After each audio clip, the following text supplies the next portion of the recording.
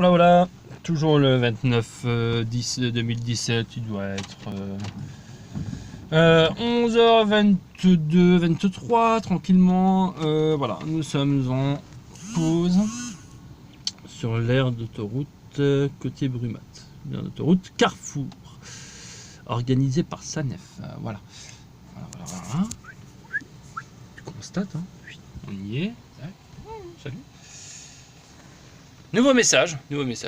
Alors, on continue sur la même lancée. Comprends bien le sage, mais allez, fire.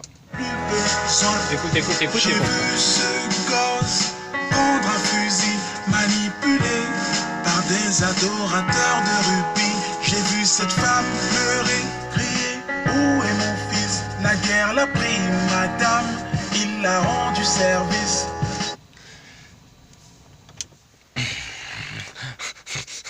Alors ça c'est juste majestueux, quoi. Je veux dire, voilà.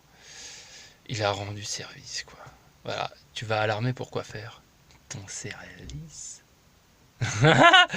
Et tu perds ta vie, en fin de compte. Tout ça pour un pouvoir, pour le défendre. Je veux dire, voilà, pour défendre un lieu qui se situe d'un point A à un point B. Donc là, hop là, pour ce qui est de la France, par exemple, voilà, ça va de l'océan, on va dire côté Randaï, grosso modo, jusqu'à, allez hop, Strasbourg, tu vois. Mais après ça, non, c'est plus la France, tu vois, c'est l'Allemagne. Après, il y a une frontière entre les deux. Il y a un truc, voilà, qu'on appelle le Rhin, qui sert de frontière.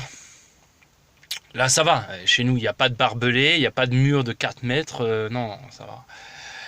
Et encore, dans certains endroits, c'est ce qu'il y a exactement. Des barbelés et des murs de 4 mètres. Mexique, États-Unis, je crois, c'est ça, hein, ouais. Ils n'ont pas mis des barbelés et des grillages tout le long.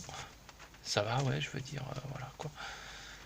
Tu vois, la monnaie qui appartient aux riches nous a amené à ça, à décider qu'on allait vivre sur un endroit qui est le nôtre, parce que déjà, on y a accédé de par les armes, on l'a défendu de par les armes pendant des décennies, et on continue à le défendre avec des armes, actuellement parlant. Je veux dire, on n'a pas encore compris qu'il fallait vivre ensemble. Ça, c'est une certitude, quoi, hein. Je veux dire, regarde, voilà, parce qu'on utilise une monnaie de division, de toute façon, d'où les riches et les pauvres, hein. Je veux dire, voilà, je te l'invente pas. Voilà. On vit d'une monnaie de division qui nous amène de la merde. Voilà. T'es en France? T'es français? Parce que t'as une carte d'identité française? Ok, d'accord. Donc, tu vas payer tant pour pouvoir y vivre. Parce que tu vis chez un gars qu'on appelle, entre guillemets, le grand patron. Et le grand patron, actuellement parlant, c'est Frangin Emmanuel Macron. Non, Quenelle, c'est bon, c'est du passé, quoi. On va laisser tranquille. Parce que de toute façon, ça sert à rien que ce soit un geste hitlérien ou pas, on s'en branle. Voilà, la seule différence entre Dieudo et Hitler, c'est que Hitler, lui, n'était pas un comique, hein, je veux dire. Voilà, quoi. Il faisait pas ça pour se marrer, hein. Il était vraiment très sérieux quand il tuait les 6 millions de juifs, hein, tu vois. Il se marrait pas, quoi, je veux dire. Peut-être qu'au fond de lui, il devrait ricaner, tu vois, mais bon, bref, voilà, pas comique, tu vois. Hein. Lui, il y allait, quoi. Dieudo, mis à part faire marrer sur une réalité qui fait chier, il fait pas grand-chose. Hein. Voilà, quoi. Il donne juste son point de vue, en fait. Hein. Regardez, pour te donner un exemple, la première fois qu'on l'aura vu, enfin, Ophel et moi sur scène, donc c'était à Strasbourg le 14 octobre cette année-ci, donc 2017, tu vois, on l'aura vu sur scène, ok. Le frangin, bref, au départ, c'est marrant, ouais, voilà, tu te marres, tu t'éclates, bref. Sur le milieu, un peu moins, et sur la fin, ça te fait même plus marrer. Pourquoi? Parce que la réalité n'est pas marrante. Il y en a qui se marrent tout le long, il n'y a pas de problème, tu vois. Mais voilà, il y a un moment donné où non, c'est plus marrant, tu vois. Parce que la réalité étant ce qu'elle est, tu peux pas en rire, c'est pas possible. Voilà, donc bon, bah, Dieudo, par obligation de survie, il fait ça pour avoir du bif en contrepartie, pour survivre dans ce monde de merde, tu vois. Voilà. Après, qu'on lui reproche qu'il ait acheté un yacht, un truc, un machin, ça c'est encore autre chose. Il en fait ce qu'il veut de ce bif. Il se sera quand même torturé pour y accéder. Comme moi je me torturais en restauration pour accéder à ce bif, quoi. Je veux dire, voilà, quoi. Ça va là-haut, non? Bref, tout ça pour dire quoi? Voilà, on vit dans chacun et chacune dans son pays. Mais quand tu fais une erreur dans le pays en question, par exemple moi, comme je te disais la dernière fois, j'ai un casier judiciaire long comme le bras, quoi, je veux dire, voilà, quoi. Quand je faisais des erreurs dans ce pays, on me disait oui, les règles sont les mêmes pour tout le monde. Tout le monde, c'est-à-dire la planète entière. Et là, je reviens juste sur le sujet de la ganja. Les règles ne sont pas les mêmes pour tout le monde, justice. Alors ferme ta gueule. Réfléchis à ce que tu dis avant de parler. Hein? Parce que c'est pas le cas, je veux dire, tu te trompes. Ok? Moi personnellement, là actuellement, j'ai des asticots qui sont potentiellement cancérigènes là dans l'intestin, dans l'estomac ou dans l'intestin, je dirais dans l'intestin. Des tétros, je sais plus quoi, bref, pyrrolie. Voilà, j'ai 3 grains de beauté sur 90 qui sont potentiellement cancérigènes, tu vois, voire cancéreux donc, hein, bref.